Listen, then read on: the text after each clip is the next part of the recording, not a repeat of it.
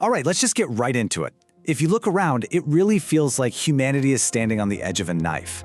We're in the middle of this incredible, accelerating transformation that's unlike anything we've ever seen in history.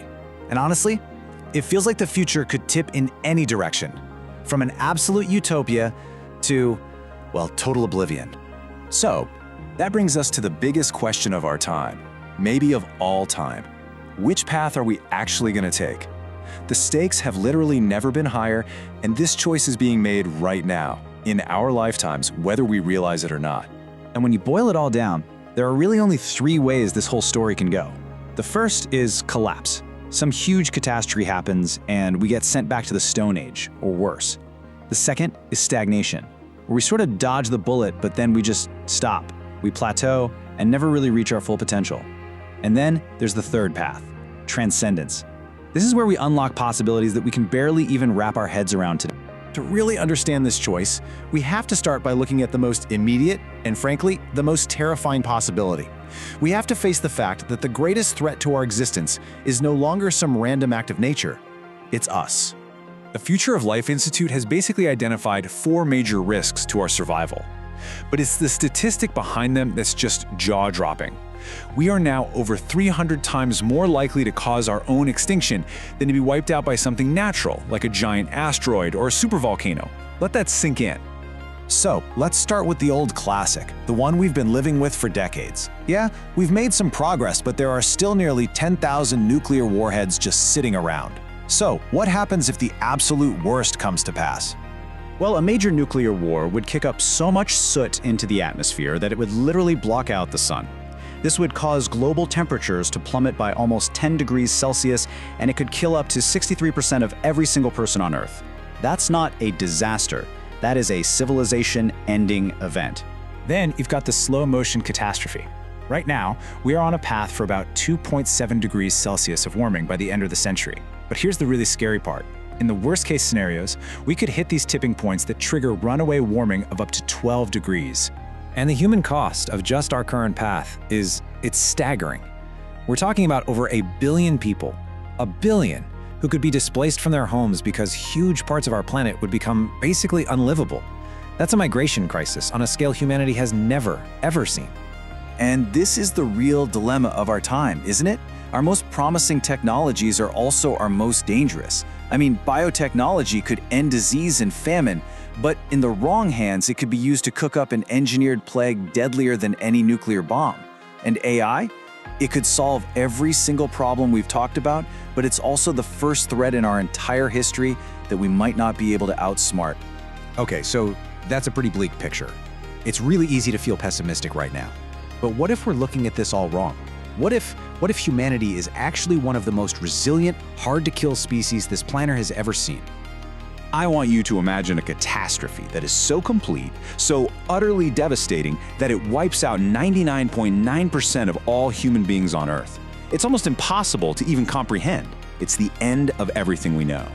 And yet, even after a 99.9% catastrophe, over 8 million people would still survive. That's more humans than were alive for the vast majority of our species' time on this planet. So the key takeaway here is this: we are incredibly hard to kill. So why is that? Well, it really comes down to a few key things. For one, our sheer numbers and the fact that we're spread out all over the globe creates a huge buffer. We live everywhere. Then there's our technology, which lets us adapt thousands of times faster than evolution ever could. And don't forget our diet. Being omnivores who can eat almost anything has been a critical survival trait that got our ancestors through ice ages and plagues. I mean, just look at the Black Death. It killed up to half the population of Europe. It was absolutely devastating. But did it stop us? Not a chance. In fact, just 200 years later, boom, the scientific revolution kicked off. We bounced back. As long as some of our knowledge and our infrastructure survives, we can recover from almost anything. So, how do we make absolutely sure that knowledge survives? Simple. We create insurance policies. We've already got the Svalbard Seed Vault up in Norway. So what's the next logical step? Something like a moon ark? A full backup of Earth's genetic code stored off-world in lunar lava tubes, totally safe from any disaster down here. But the ultimate insurance policy, the one that really drops our extinction risk to pretty much zero, is to do something no other life form from Earth has ever done. We have to become a multi-planetary species. A self-sustaining colony on Mars means the survival of humanity is no longer tied to the fate of a single, fragile planet. And this is where it starts to get really, really exciting. Because just surviving isn't the goal, right? That's just the foundation. If we can actually navigate all these dangers, what comes next isn't just more of the same. It's a future that goes way beyond our wildest dreams. You know, as humans, we have this strong negativity bias. We're just wired to focus on the threats. But if you take a step back and look at the actual data, it's undeniable. Since the Industrial Revolution, our quality of life has just skyrocketed. On average, we are the healthiest, wealthiest, and most educated we have ever been in all of human history. The momentum is totally on our side. And this progress is speeding up. We have AI like AlphaFold that's solving the mysteries of diseases. We have CRISPR gene editing, which has the potential to wipe out thousands of genetic illnesses for good.